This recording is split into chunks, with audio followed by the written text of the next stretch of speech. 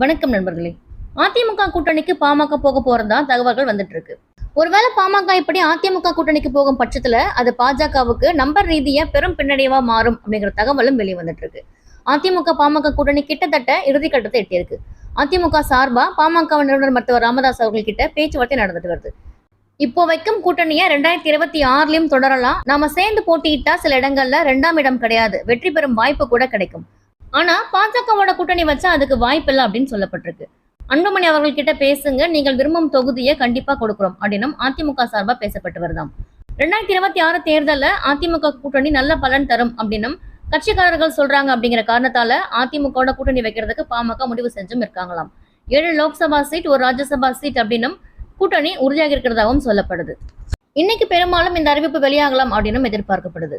ஒருவேளை பாமக இப்படி அதிமுக கூட்டணிக்கு போகும் பட்சத்துல அது பாஜகவுக்கு நம்பர் ரீதியா பெரிய பின்னடைவா மாறும் அப்படிங்கிற தகவலும் வந்துட்டு இருக்கு.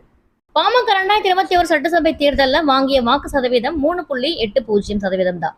மொத்தமா பாக்குறதுக்கு இது கம்மியா தெரிஞ்சாலும் பாமக தொகுதி வாரியா கணிசமான வாக்குகளை வாங்குச்சு. 23 இடங்கள்ல பாமக போட்டியிட்ட நிலையில அவங்களுக்கு 5 எம்எல்ஏக்கள் தான் கிடைச்சாங்க. அதே சமயம் 17 வேட்பாளர்கள் 2ஆம் இடம் பிடிச்சாங்க. ஒவ்வொரு தொகுதியிலும் வாக்கு சதவீத அடிப்படையில பார்த்தா பாமக மிக அதிக அளவுல வாக்குகளை வாங்கியிருந்தாங்க.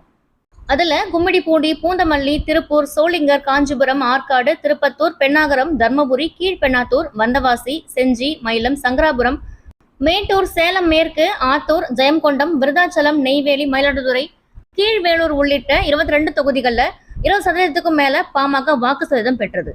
இதுல 15 தொகுதிகள்ல 30% அதிகமான வாக்குகளை பாமக பெற்றிருந்தாங்க. சேலம், தர்மபுரி, கிருஷ்ணகிரி, விழுப்புரம், அரியலூர் போன்ற வட மாவட்டங்கள்ல 2021 அதிமுக கூட்டணி திமுக கூட்டணியை விட அதிக எம்எல்ஏக்களை பெற்றாங்க. அதுலயும் சேலம் 10க்கு 9, தர்மபுரியில 5க்கு 5 இடங்களையும் வென்றாங்க.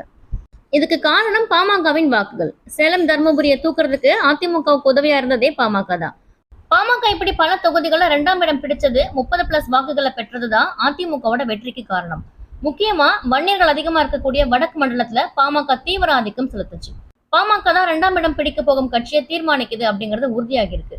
பாமக இல்ல அப்படின்னா அதிமுக, பாஜக அப்படிங்கிற எந்த கட்சியா இருந்தாலும் அந்த கட்சி பின்னடைவை சந்திக்கும். இப்போ பாமக அதிமுகவுக்கு மீண்டும் போயிட்டாங்க அப்படின்னு சொன்னா பாஜகவுக்கு மிகப்பெரிய பின்னடைவு ஏற்படும்.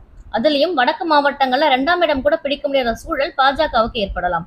என்ன நடக்கும், அண்ணாமலை என்ன செய்ய போறார் அப்படிங்கறத பொறுத்திருந்து பார்ப்போம்.